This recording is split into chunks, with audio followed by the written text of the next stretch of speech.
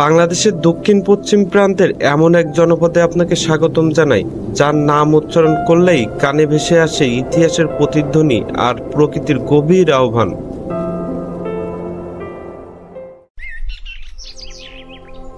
যার একদিকে পৃথিবীর বৃহত্তম ম্যানগ্রোভ বন সুন্দরবনের রহস্যময় হাতছানি, আর অন্যদিকে প্রাচীন স্থাপনা আর লোককথার হাজারো গল্প।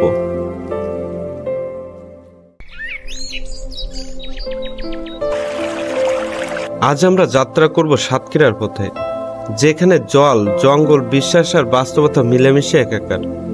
চলুন আজ এক ঝলকে চিনে নেই অপরূপ রহস্যময় সাতক্ষীরাকে।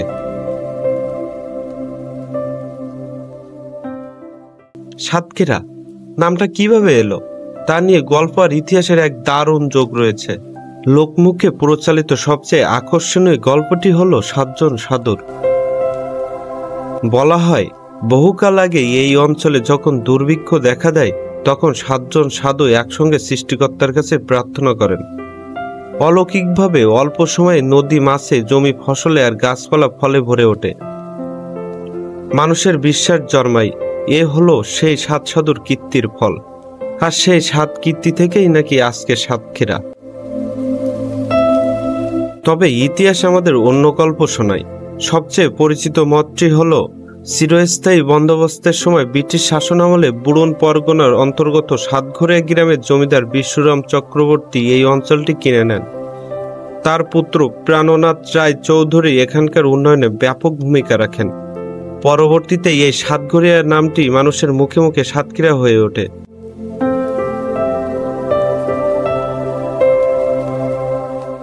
সাতক্ষীরার সবচেয়ে বড় পরিচয় এটি সুন্দরবনের প্রবেশদ্বার। এখানকার শ্যামনগর বা মুন্সিগঞ্জ থেকে নৌকায় ভেসে পড়লেই আপনি প্রবেশ করতে পারবেন এক জাদুকরী রাজ্যে।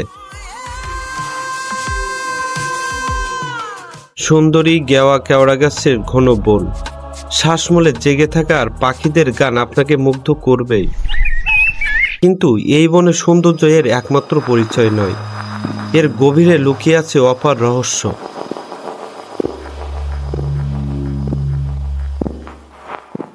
জেলেদের মুখে শোনা যায় অমাবস্যার রাতে নাকি নদীর গভীরে মাঝে মাঝে নীল আলো জ্বলে ওঠে। কেউ বলে ওইটা মরীচিকা, কেউ বলে বনবিবি বা বনদেবতার সংকেত। এর আসল রহস্য আজও অজানা। আরও আছে সুন্দরবনের রাজা রয়্যাল বেঙ্গল টাইগার। শ্যামনগরের গ্রামগুলোতে বাঘের গল্প যেন রূপকথার মতো। শোনা যায় একবার একদল জেলে নদীতে মাছ ধরছিল। হঠাৎ তীর থেকে এক বিশাল বাঘ পানিতে ঝাঁপিয়ে পড়ে। জেলেরা যখন জীবনের আশা ছেড়ে দিয়েছে, বাঘটি আশ্চর্যজনকভাবে তাদের নৌকার চারপাশে এক চক্কর দিয়ে কোনো ক্ষতি না করেই আবার জঙ্গলে ফিরে যায়। গ্রামের মানুষ বিশ্বাস করে ওইটা ছিল বনদেবতার দূত, যে জেলেদের পরীক্ষা করতে এসেছিল।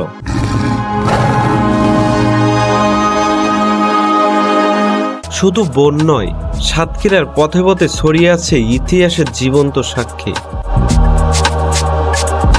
শ্যামনগরের জমিদার বাড়ি, প্রায় ৩০০ বছরের পুরনো এই স্থাপনা আজও তার আভিজাত্য নিয়ে দাঁড়িয়ে আছে।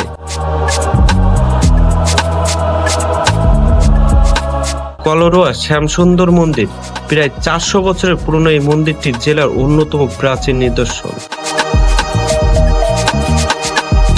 মান্দারবাড়িয়া সমুদ্র সৈকত, বঙ্গোপসাগরের তীরে অবস্থিত এই নিরিবিলি ও নয়নাভিরাম সৈকতটি যেন প্রকৃতির এক গোপন উপহার।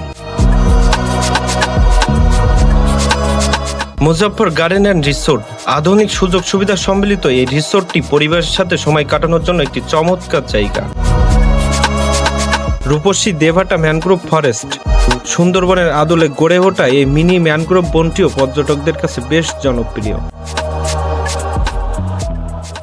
সাতক্ষীরার অর্থনীতি দাঁড়িয়ে আছে কৃষি আর মৎস্য সম্পদের উপর। চিংড়ি চাষের জন্য এই জেলাকে ভালোবেসে ডাকা হয় সাদা সোনার দেশ বা চিংড়ির রাজধানী বলে। এখানকার গলদা বা বাগদা চিংড়ি বিশ্বজুড়ে খ্যাত। এছাড়াও আম, লিচু আর ঘোষ ডেয়ারি বিখ্যাত সন্দেশ সাতক্ষীরার পরিচয়ের অংশ। এই উর্বর মাটি যেন সোনা ফলায়, তেমনি জন্ম দিয়েছে বহু কৃতি সন্তানের। কিংবদন্তি ক্রিকেটার মুস্তাফিজুর রহমান ও সৌম্য সরকার থেকে শুরু করে দেশবর্ণের শিল্পী সাবিনা ইয়াসমিন, বহু নক্ষত্রের আলোর উজ্জ্বল এই জেলা। দিনের কোলাহল থেমে গেলে সাতক্ষীরায় নেমে আসে এক অন্য জগৎ, যে জগতে কান পাতলে শোনা যায় নানা লোককথা, রহস্যময় গল্প। আশাশুনির গ্রামের পাশ দিয়ে বয়ে চলা নদীর ধারে নাকি মধ্যরাতে এক নারী সাদা শাড়ি পরে গান গায়। কাছে গেলেই মিলিয়ে যায় কুয়াশার মতো। স্থানীয়দের বিশ্বাস সে এক হারানো নাবিকের স্ত্রী, যে আজও তার স্বামীর ফেরার অপেক্ষায় পথ চেয়ে বসে থাকে। আবার কোথাও রয়েছে বেতাল বনের গল্প, যেখানে দিনের বেলাতেও গাছের ডাল থেকে মানুষের কণ্ঠস্বর ভেসে আসে বলে শোনা যায়। ভয়ে সেখানে কেউ একা যেতে চায় না।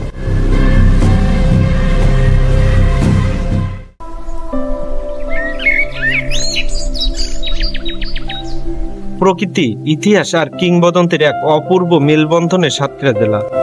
ঘূর্ণিঝড় আয়লার মতো প্রাকৃতিক দুর্যোগের সঙ্গে লড়াই করেও এখানকার মানুষ যেভাবে বেঁচে থাকে, তাতেও মিশে আছে বিশ্বাস আর অলৌকিকতার গল্প। এখানে সত্য আর কল্পনা, বিজ্ঞান আর বিশ্বাস সবকিছু মিলেমিশে তৈরি হয়েছে এক অদ্ভুত জগৎ। হয়তো এসব গল্পের অনেকটাই মানুষের কল্পনা ও কুসংস্কার, আবার হয়তো এর গভীরে লুকিয়ে আছে এমন কোনো সত্য যা আমাদের চেনা জগতের বাইরে। দিন শেষে প্রশ্নটা আপনার কাছেই রইল, সাতক্ষীরার এই রহস্যগুলো কি সত্যিই গল্প, নাকি সত্যি এখানে প্রকৃতি আর ইতিহাসের আড়ালে কোনো অদৃশ্য জগৎ তার অস্তিত্ব দ্বারা দেয়? সুযোগ পেলে আপনিও ঘুরে আসুন সুন্দরবনের এই প্রবেশ দ্বার থেকে, আর নিজেই খুঁজে দেখুন আপনার উত্তর।